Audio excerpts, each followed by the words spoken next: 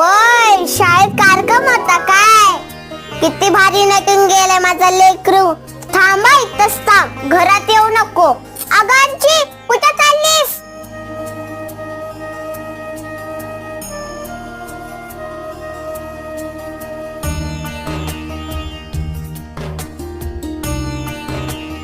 हा चल आता माझ्या लेकरू, ये हात पाय धुव आणि जेवायला बस. या माझ्या लेकराला माझीच नजर नाही लागायला पाहिजे.